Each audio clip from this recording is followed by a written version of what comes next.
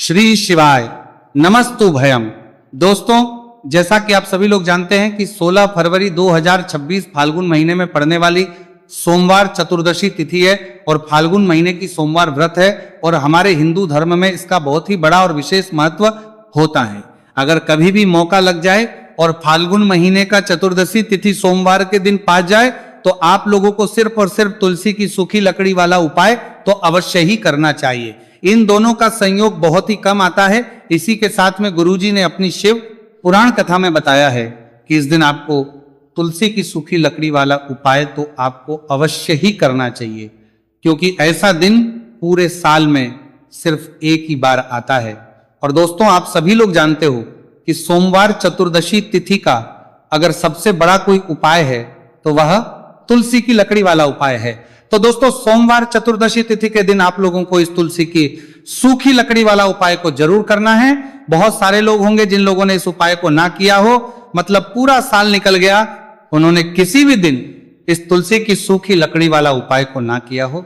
पर दोस्तों, आपके पास एक आखिरी मौका बचा हुआ है, जो कि सोमवार चतुर्दशी तिथि के दिन है। इस दिन आप लोगों को इस वाले उपाय को जरूर कर लेना है। भले ही आपने पूरे महीने भर इस उपाय को ना किया हो, पर अगर आपने इस फाल्गुन महीने के सोमवार चतुर्दशी तिथि के दिन अगर इस वाले उपाय को कर लिया तो आपको इस उपाय को करने का वह फल मिलेगा जिसकी आपने कभी कल्पना भी नहीं करी होगी। इसीलिए आप लोग इस वाले उपाय को एक बार जरूर कर लेना है, ताकि आप लोगों के हाथ से यह मौका ना जा सके और आप इस उपाय को का फल मिलेगा। दोस्तों, यह उपाय पंडित जी ने अपनी अभी की ही श्री शिव महापुराण की कथा में बताया है, जिस उपाय को आज हम आपको बहुत अच्छे से समझाने वाले हैं। इस वीडियो को देखने के बाद उपाय को समझने के लिए आपको कोई और वीडियो को देखने की जरूरत नहीं पड़ेगी। तो चलिए दोस्तों, उपाय को शुरू करते हैं। देखिए, ये इस फाल्गुन महीने सोमवार चतुर्दशी तिथि के दिन ये इतना खास होता है, इतना महत्वपूर्ण होता है। देखा गया कभी कभी बड़े बड़े पूजा पाठ अनुष्ठान से जो कि मनोकामना पूर्ण नहीं होते, वहां फाल्गुन महीने के सोमवार चतुर्दशी तिथि के दिन एक छोटे से उपाय करने से ही आपकी मनोकामना पूर्ण हो जाती है। और बहुत सारे लोगों ने इस उपाय को किया भी है, पर उनको इस उपाय को करने का फल भी जरूर मिला है। अगर आप लोग भी पूछी जाए इस उपाय को करना चाहते हैं तो आप इस उपाय को पहले अच्छे से समझ लेना, सुन लेना, उसके बाद करना। इस उपाय का फल जरूर मिलेगा। और इस उपाय को कर लेने से आपके घर में चाहे किसी भी प्रकार की दुख और समस्या क्यों ना चल रही हो, आपको उसका कारण भी नहीं पता है कि भाई ये समस्या किस कारण से चल रही है, उसका कुछ भी कारण हो सकता है। जैसे पितृदोष हो सकता है या किसी भी तरह का मंगल दोष भी हो सकता है। तो इस दिन आप लोगों को ये वाला उपाय कर लेना है। ये एक ऐसा उपाय है जिस उपाय को अगर किसी विशेष दिन पर किया जाए तो भाई उस विशेष दिन का जो है तो हमें मिलता ही मिलता है, पर हमने उस दिन पर इस उपाय को किया है तो हमें उससे भी बड़ा फल मिलता है, और फल बहुत जल्दी मिलता है, क्योंकि आप इस उपाय को बहुत ही बड़े और विशेष दिन पर कर रहे हो। तो चलिए अब उपाय के बारे में बात करते हैं, लेकिन उससे पहले आप लोगों को यह जानना आवश्यक है कि आखिर ये उपाय किस समय करना है, किसको करना है और कैसे करना है। तो चलिए हम आगे आपको वीडियो में एक एक कर ये बता देते हैं। लेकिन अगर आप लोग हमारे चैनल पर पहली बार आए हैं या फिर मेरी आवाज आज पहली बार सुन रहे हैं तो हमारे चैनल को सब्सक्राइब जरूर कर लेना और इस वीडियो को लाइक करके कमेंट बॉक्स में श्री शिवाय नमस्तु भयम ओम नमः शिवाय जरूर टाइप कर देना। तो दोस्तों, इस तुलसी की सूखी लकड़ी वाला उपाय को हमें सोमवार चतुर्दशी तिथि के दिन कैसे करना है, किसको करना है, किस समय करना है और कहां पर करना है, ये सारे सवालों के जवाब आपको इस वीडियो में मिल। और जो ये वीडियो देखेगा भाई उसको तुलसी की सूखी लकड़ी वाला उपाय जरूर करना चाहिए, क्योंकि इस दिन काला तिल का भी बहुत ही बड़ा और विशेष महत्व होता है। और जब बात आ जाए तुलसी की सूखी लकड़ी वाला उपाय की, तो यह सोने पर सुहागा वाली बात हो जाती है और यह बहुत ही बड़ा उपाय होता है। अब दोस्तों, इस तुलसी की सूखी लकड़ी उपाय को आखिर करना किसको है, सबसे पहले हम लोग वो बात जान लेते हैं। तो देखो, घर की जो बड़ी माताएं बहन होती हैं, उन माताओं बहनों में से कोई भी एक बड़ी माता बहन इस वाले उपाय को कर सकती है। और दोस्तों, अगर आप चाहें तो अपने घर में से सभी सदस्यों को भी इस उपाय को करवा सकते हैं। अगर किसी व्यक्ति की खुद की कोई मनोकामना है, खुद की कोई दुख और परेशानी है जो कि वो अपने लिए ही करना चाहता है इस वाले उपाय को, तो वो खुद अपने लिए भी कर सकता है। बाकी अगर कोई घर में से ऐसा है जो कि अपने पूरे घर परिवार के सुख और शांति के लिए ये वाला उपाय करना चाहता है, तो भाई वो भी कर सकता है, उसमें भी कोई दिक्कत नहीं है।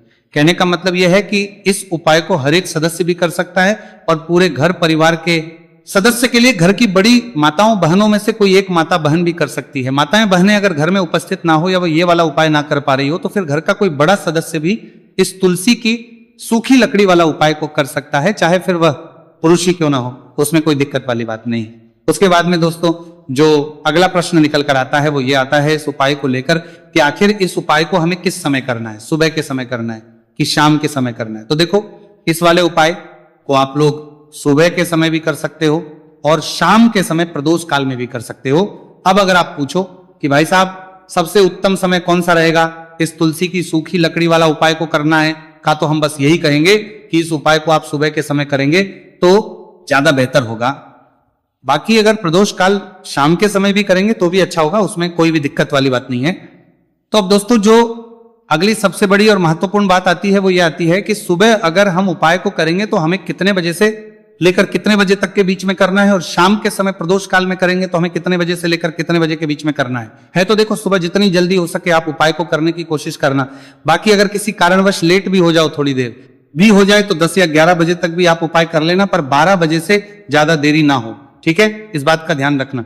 उसके बाद में दोस्तों अगर शाम के समय प्रदोष काल की बात करें, प्रदोष काल का जो समय है होता है वह शाम के 6 बजे से शुरू हो जाता है। मतलब शाम 6 से लेकर 7 के बीच का जो समय होता है यह समय प्रदोष काल का समय होता है। तो आप इस उपाय को 7 या 8 बजे के बीच में भी कर सकते हो। मतलब शाम के 6 बजे से रात 8 बजे के बीच में आप कभी भी इस वाले उपाय को कर सकते हो, उसमें कोई भी दिक्कत वाली बात नहीं है। देखिए यदि हम किसी भी प्रकार के उपाय को निश्चित दिन और निश्चित तिथि पर करते हैं तो इसका हमें बहुत अधिक लाभ मिलता है और इन उपायों को करने के बाद हमारे जीवन में बहुत अधिक परिवर्तन है। साथ ही साथ ये जो उपाय आपके जीवन की सारी परेशानियों को और सारी बाधाओं को दूर करने वाले हैं। देखिए दोस्तों आज के इस पूरे ही वीडियो में हम आपको 3 चमत्कारिक उपाय बताने वाले हैं और ये तीनों ही उपाय बहुत ही खास और बहुत ही ज्यादा विशेष होने वाले हैं। तो चलिए दोस्तों जाने वाले हैं, लेते हैं गुरुजी द्वारा बताए गए सबसे पहले उपाय के बारे में। फाल्गुन माह धन प्राप्ति उपाय, तुलसी की सूखी लकड़ी घर में रख देना, बहुत जल्दी करोड़पति बनोगे, पैसा पत्थर से बंदोरपति बनोगे, बरसेगा। राधे दधे दोस्तों आपको किसी भी दिन तुलसी की सूखी लकड़ी का उपाय घर पर करना है और ऐसा समझ लीजिए कि तुलसी की सूखी लकड़ी का ये उपाय आपको बहुत जल्दी करोड़पति बनाएगा, क्योंकि जो मेरी का महीना है ये श्री हरि विष्णु को सबसे प्रिय महीना है। तो देखिए स्कंद पुराण में आता है कि भगवान विष्णु को सबसे प्रिय अगर कोई महीना है तो वो फाल्गुन का ही महीना है और फाल्गुन के महीने में तुलसी के उपाय रातों रात आपके भाग्य को चमकाते हैं। ऐसे में आज की वीडियो में हम आपको तुलसी के ऐसे उपाय बताने जा रहे हैं जो रातों रात आपका भाग्य चमकाएंगे और बहुत जल्दी आपको महाधनी बनाएंगे। तो देखिए श्री हरि विष्णु प्रसन्न होते हैं जब भी आप माँ तुलसी से जुड़ा हुआ कोई भी उपाय करते हैं। माँ लक्ष्मी प्रसन्न होती है जब आप श्री हरि विष्णु को प्रसन्न करते हैं।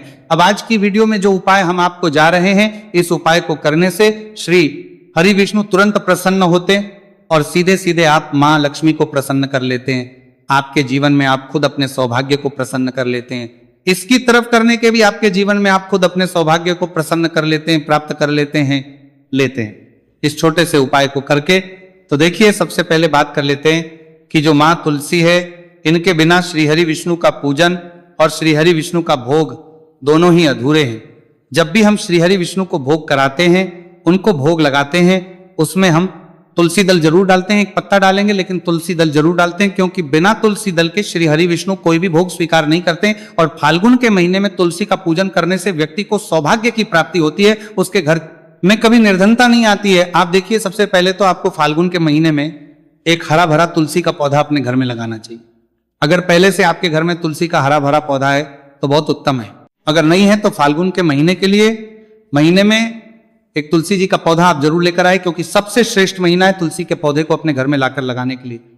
दूसरी चीज कि देखिए फाल्गुन के महीने में या उससे पहले आपके घर में तुलसी जी का पौधा सूख गया है, और अगर तुलसी का पौधा आपके घर में सूखा हुआ है तो उससे कौन पाए है जो आप करके रातों रात अपने भाग्य को चमका सकते हैं। तो देखिए अगर आपके घर में तुलसी जी का सूखा हुआ पौधा है, इसमें आपको हरे भरे पौधे से उपाय नहीं करना। आपके घर में तुलसी जी का अगर सूखा हुआ पौधा है उसी से आप उपाय करेंगे, इस चीज का ध्यान रखेंगे। तो देखिए अगर तुलसी जी का पौधा सूख गया है तो आपको क्या करना है, छोटी छोटी टहनियां लेनी है, गिनकर के 7 टहनियां, ठीक है ना। कितनी टहनियां लेंगे, 7 टहनियां लेंगे। थोड़ा सा मौली धागा आपको लेना है और सातों तुलसी की सूखी लकड़ी को एक के अपने अंदर एक यानी गट्ठा टाइप का बनाना है और उसको बांध देना है।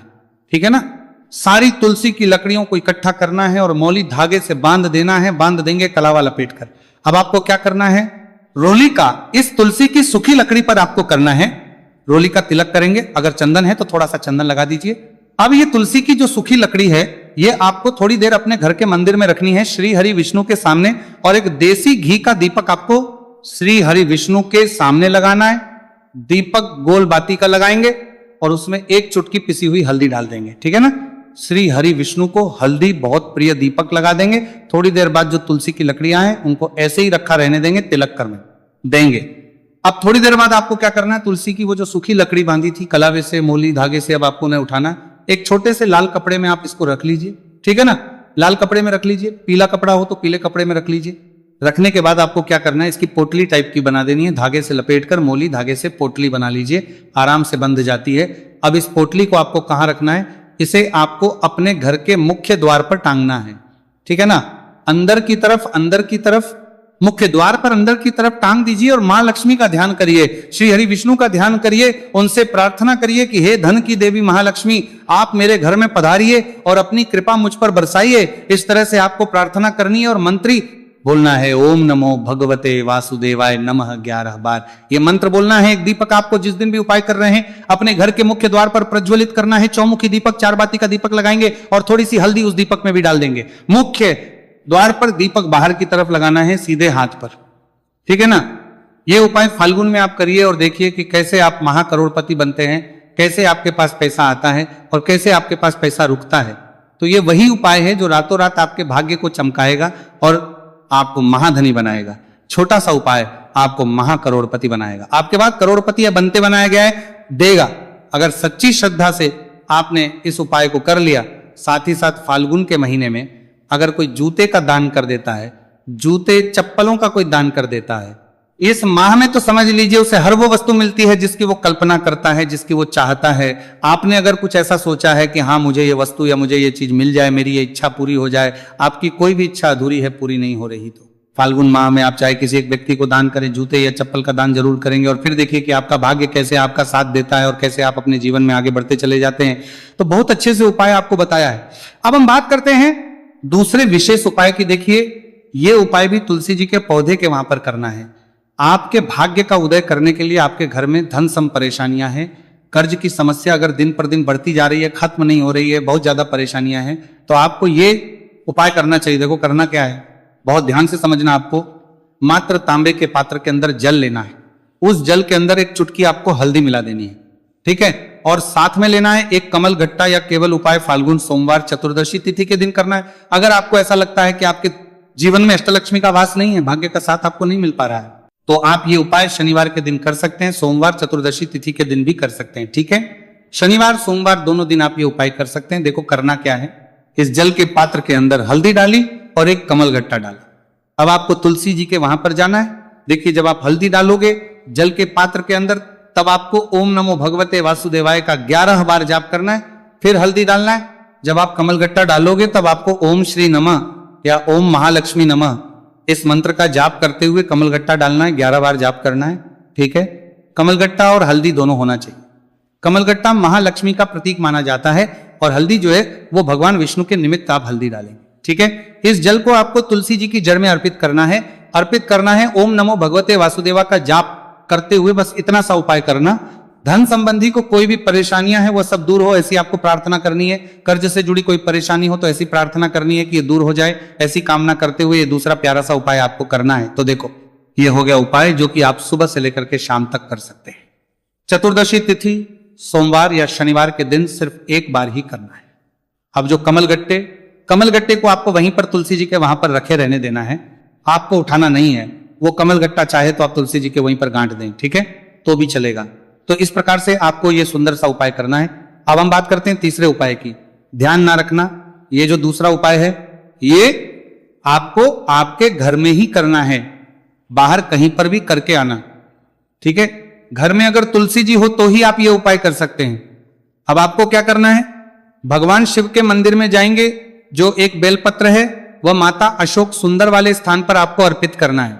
डंडे का हिस्सा जलाधारी की तरफ हो चाहिए। उस प्रकार से आपको यह बेलपत्र अर्पित करना है। जब बेलपत्र अर्पित करोगे तब आपको कंदकेश्वर महादेव का नाम लेना है, माता अशोक सुंदरी वाले स्थान पर। ठीक है। आप जो चावल के दाने हैं, जो अक्षत लेकर आए हैं, वो भगवान शिव के शिवलिंग पर आपको अर्पित करना है। जब आप अर्पित करोगे तब आपको